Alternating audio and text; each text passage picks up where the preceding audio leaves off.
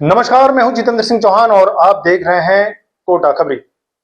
हाड़ौती संभाग की 10 बड़ी खबरों के साथ इवनिंग बुलेटिन में एक बार फिर से हाजिर हूं। तो चलिए शुरुआत करते हैं आज की 10 बड़ी खबरें विस्तार से। कोटा में लंबित फिटनेस प्रमाण पत्रों को लेकर कांग्रेस सड़क पर उतर आई। ब्लॉक कांग्रेस कमेटी कोटा दक्षिण ने आरटीओ कार्यालय का घेराव कर ज्ञापन सौंपा। कांग्रेस नेताओं ने आरोप लगाया कि विभाग वाहन स्वामियों से टैक्स और शुल्क तो वसूल रहा है, लेकिन समय पर फिटनेस प्रमाण पत्र जारी नहीं किए जा रहे हैं। ब्लॉक अध्यक्ष जॉन्टी बिरवाल ने कहा कि विभागीय देरी के बावजूद वाहन चालकों के चालान काटना और वाहन जब्त करना अन्यायपूर्ण है। कांग्रेस ने लंबित फिटनेस प्रमाण पत्र तत्काल जारी करने और दंडात्मक कार्रवाई पर रोक लगाने की मांग की है। आज हम आरटीओ अधिकारी के पास आए हैं। यहाँ पर कोटा शहर में पिछले 6 माह से टिपर, डंपर और इलेक्ट्रिक वाहन और निजी वाहन 8 सीटर जो है उनकी फिटनेस प्रमाण पत्र जारी नहीं हो रहे, जबकि सरकार वन टाइम टैक्स ले रही है और अग्रिम कर शुल्क लेने के बाद भी इनका वो फिटनेस प्रमाण पत्र जारी नहीं करेगी। इससे हजारों परिवार का आर्थिक संकट आ चुका है। इसको लेकर आज ब्लॉक कांग्रेस कमेटी ने प्रशासन का अवगत कराते हुए आरटीओ अधिकारी को ज्ञापन दिया है और अपनी मांगे रखी है। अगर ये सही समय पे और आने वाले दिनों पे अगर ये सरकार के सामने रख सकते हुए अगर ये ज्ञापन के माध्यम से नहीं चेतते हैं तो हमें आम जनता के साथ और व्यापारियों के साथ, वाहन मालिकों के साथ उग्र आंदोलन करना पड़ेगा, क्योंकि ये लोग भाजपा सरकार में लोग त्रस्त हो चुके हैं, महंगाई की मार के ऊपर है और लोग जिन्होंने घर से लोन लिया हुआ है, जो अपनी आजीविका चला रहे हैं, उनके आजीविका पर आर्थिक संकट आ चुका है। इसलिए गूंगी भीतर सरकार के विरुद्ध हम अधिकारी के पास आए हैं और उनका आश्वासन दिया है हमें कि हम आपकी बात आगे पहुंचाएंगे। अगर नहीं पहुंचाते हैं तो हम आगे पूरा उग्र आंदोलन करेंगे। धन्यवाद। हमारे यहाँ पे कांग्रेस ब्लॉक अध्यक्ष के भाई साहब पधारे हैं, इनके माध्यम से जो ज्ञापन हमने सबने मिलकर दिया है, हम 3 बार पहले भी अवगत करा चुके हैं आरटीओ साहब को, मगर इनके जू नहीं रही है। ये भाजपा सरकार के पीछे पीछे घूमते हैं, क्योंकि कई सालों से जो टैक्स गवर्नमेंट को देते आए डंपर वाले, सबसे ज्यादा टैक्स है व्हीकल के अंदर 40,300 कुछ रुपए टैक्स है इनका साल का, 42,500 कुछ टैक्स है। मगर फिर भी आज उनका क्लेम का जब नंबर आता है तो ये फिटनेस के माध्यम से उसको क्लेम फेल कर देते हैं, जबकि यहाँ 6 महीने से कोई फिटनेस नहीं हो रही है, नहीं यहाँ हो रही है ना फिटनेस सेंटर पूरे राजस्थान फिटनेस बंद हो रही है। निजी वाहन जो जिनको मालूम नहीं थे उनके पास मैसेज जा रहा है चालान का, वो फिटनेस के लिए आ रहा है तो फिटनेस नहीं हो रहा। इलेक्ट्रिक वाहन जो 200-500 रुपये रोज कमाते हैं, मजदूर तबके का आदमी है, आज उनका रोज डेली 400, 4,000, 5,000 का चालान किया जाता है। इनको जब कहते हैं तो ये सुनते नहीं है, या फिटनेस नहीं हो रहा साहब, हमारे अधिकार में नहीं है। जब इनसे शिकायत करते हैं इस मामले में भी ये आलम टोली करते हैं, अपने ऊपर जिम्मेदारी नहीं लेते हैं और सिटी के अंदर चेकिंग चला के इन गरीब तबके के ई रिक्शा वालों को परेशान कर रहे हैं और हर गाड़ी का 5,000 कम से कम 5,000 का चालान होता है। इसलिए आज अवगत कराया ब्लॉक कांग्रेस कमेटी ने, और अगर ये आगे से इस पर ध्यान नहीं देते हैं तो भाई साहब के साथ मिलकर हम उग्र आंदोलन करेंगे और जनहित के अंदर हम आम जनता की ट्रक को यहाँ लाके खड़े करेंगे और इसमें यहाँ पर जाम लगा देंगे और प्रशासन की नींद को आराम कर देंगे। हम यहाँ इनको काम नहीं करने देंगे। धन्यवाद। इधर बारां जिले के कवाई ग्राम पंचायत की वर्चुअल जनसुनवाई में एक दिलचस्प नजारा देखने को मिला। कालबेलिया बस्ती निवासी हरि सिंह अपनी बस्ती की पानी की समस्या को लेकर जनसुनवाई में पहुंचे। उनकी शानदार मूंछों को देखकर शिक्षा एवं पंचायती राज मंत्री मदन दिलावर ने उनकी तारीफ की। इसके बाद हरि सिंह ने पेयजल संकट की समस्या रखी, जिस पर मंत्री ने 1 माह के भीतर पाइपलाइन डालकर पानी की व्यवस्था सुनिश्चित करने के निर्देश दिए।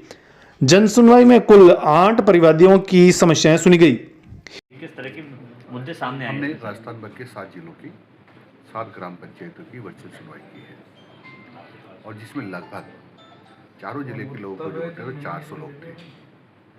सातों जिलों के लोग थे, लगभग 400 लोग थे। उन्होंने अपनी अपनी बात को बताया है। हमने पहले उनसे कहा भाई आपकी समस्या है वो आप हमको मेल कर दीजिए। हमने उस मेल से सारे कागज़ को निकाल करके तो एक पंचायत को अलग अलग छांट करके एक पंचायत से अलग अलग बात की है। सभी लोगों ने इस कार्यक्रम को सराहा है कि आप यहाँ बैठ करके इतनी दूर बैठ करके हमारी समस्या को सुन रहे हैं, और इसलिए उन्होंने बधाई भी दी है, आभार भी व्यक्त किया है और सबको अच्छा लगा है कि हम दूर दराज के गाँव में बैठे हुए हैं और एक मंत्री हमारी बात को सुन रहा है और समाधान भी हुआ है। संबंधित अधिकारियों से हमने सीधी बात की है और जो आवेदक था उनसे संबंधित अधिकारी का संवाद भी करवाया है कि, और अधिकांश अधिकारियों ने ये बात कही कि हम आज इसको काम को कर रहे हैं। जो आज होने वाले काम थे सब आज म्यूटेशन के मामले थे, कोई रास्ते क्लियर करने के मामले थे, कोई पेमाइश के मामले थे, तो ये सब का सब आज ही करने का उन्होंने कहा है। कुछ काम ऐसे जो जैसे निर्माण संबंधित होते हैं उनका हम स्वीकृति जारी करके इस काम को शीघ्र चालू करेंगे, शीघ्र पूरा करेंगे।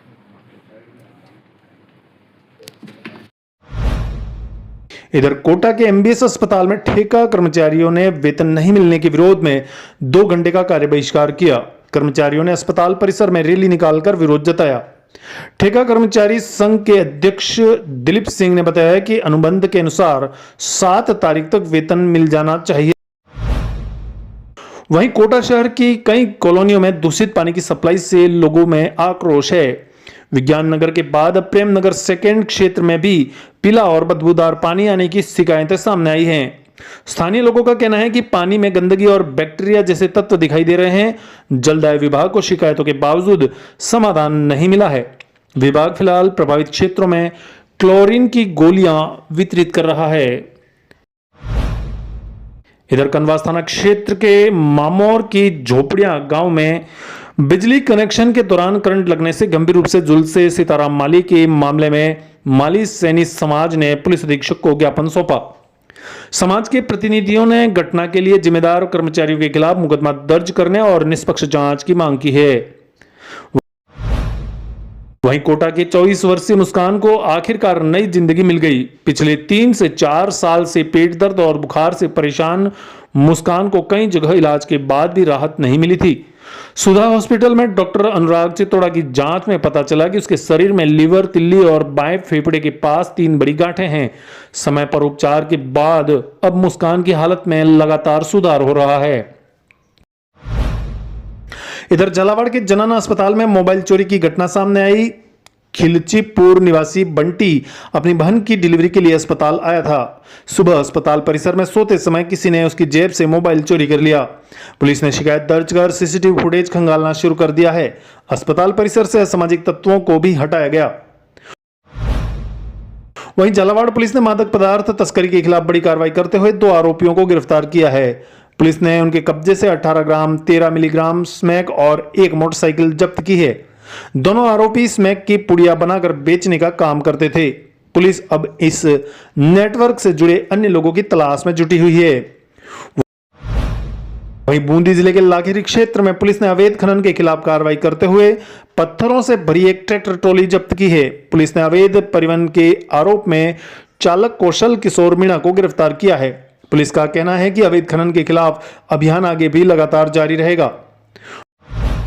वहीं बारां जिले के अंता क्षेत्र में सड़क हादसे में CFCL गड़ेपान के कर्मचारी श्रीनिधि की मौत हो गई। 24 वर्षीय श्रीनिधि बाइक से बारां आ रहे थे, तभी नहर के पास उनकी बाइक अनियंत्रित होकर दुर्घटनाग्रस्त हो गई। गंभीर रूप से घायल श्रीनिधि को अस्पताल ले जाया गया, जहां डॉक्टरों ने मृत घोषित कर दिया। तो ये थी आज की 10 बड़ी खबरें हाड़ौती संभाग की। कल रात 8:30 बजे फिर होगी आपसे मुलाकात। आप देख रहे थे कोटा खबरी और मैं हूं जितेंद्र सिंह चौहान। मुझे इजाजत दीजिए। जय हिंद, जय भारत।